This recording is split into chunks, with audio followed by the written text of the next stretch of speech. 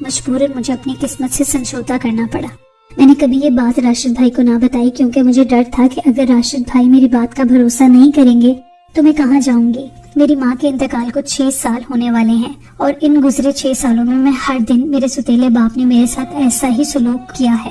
میں نے سائرہ کے ہاتھوں کو اپنے ہاتھوں میں دبایا اور اسے یقین دلایا کہ آج کے بعد اس کے ساتھ ایسا کچھ نہیں ہوگا۔ میں نے اس سے کہا کہ اگر تم پہلے ہی مجھے یہ سب بتا دیتی تو میں تمہاری مدد ضرور کرتی، جس پر سارہ ایک تلخ سی ہنسی اور کہنے لگی میں تو وہ ہوں جس پر اس کی ماں نے بھروسہ نہیں کیا، تو آپ کیسے کرتی؟ سائرہ کی ہنسی میں چھپے درد نے میرا دل چھلنی کر کے رکھ دیا۔ بارش ابھی تک تھمنے کا نام نہیں لے رہی تھی، لیکن فجر کی اذانوں کے ساتھ ساتھ بارش کا زور ٹوٹنے لگا۔ میں نے باقی کی رات سائرہ کے ساتھ اس کے کمرے میں ہی بند ہو کر گزاری۔ فجر کے بعد جیسے ہی راشد گھر آئے تو میں نے ہمت کر کے ان کے سامنے سارا سچ بیان کر دیا۔ ان کے لیے اس بات کو قبول کرنا کوئی بہت مشکل ضرور تھا، لیکن ناممکن نہیں تھا۔ وہ بھی سائرہ کے بدلے ہوئے رویے کو بہت زیادہ محسوس کرتے تھے، لیکن انہیں اس بات کا بالکل بھی اندازہ نہیں تھا کہ اس کے پیچھے ان کے والد کا ناروا سلوک ہے۔ راشد غصے میں اپنے باپ کے کمرے میں گئے، وہ بستر پر لیٹے تھے۔ راشد نے انہیں آواز دی لیکن ان کے جسم میں کوئی حرکت نہ تھی۔ راشد نے آگے بڑھ کر انہیں ہلایا تو ان کی گردن ایک طرف ڈھلک گئی۔ راشد نے فوراً ہی ڈاکٹر کو بلایا تو پتہ چلا کہ راشد کے والد کا انتقال ہو گیا ہے۔ راشد کے والد جان گئے تھے کہ اب ان کا سچ اب راشد کے سامنے آنے والا ہے، اور شاید اسی لیے وہ اس بات کو برداشت نہ کر سکے۔ ان کا بیٹا ان کی حقیقت جان جائے گا، اور اسی لیے دل کا دورہ پڑتے ہی وہ موقع پر دم توڑ گئے۔ ان کی موت نے سائرہ کو ہر دن مرنے سے تو بچا لیا تھا۔ طلاق 2 میاں بیوی کے درمیان ہوتی ہے، لیکن ان کے بچے ساری زندگی کے لیے برباد ہو کر رہ جاتے ہیں۔ ہمارے معاشرے میں نہ جانے کتنی بچیاں سائرہ جیسی ہیں جو اپنے ستیلے باپ کے ظلم و ستم کا شکار ہیں۔ میاں بیوی کو ایک دوسرے کو چھوڑ دینے سے پہلے اپنے معصوم بچوں پر ضرور نظر ڈالنی چاہیے، تاکہ کوئی بچی کسی دوسرے کے ہاتھ کھلونا نہ بن سکے۔ اور اگر کوئی اپنے ارد گرد کسی شخص کا غیر معمولی رویہ دیکھے تو اسے نظر انداز ہرگز نہ کرے، بلکہ اس کا مسئلہ جاننے کی کوشش کریں۔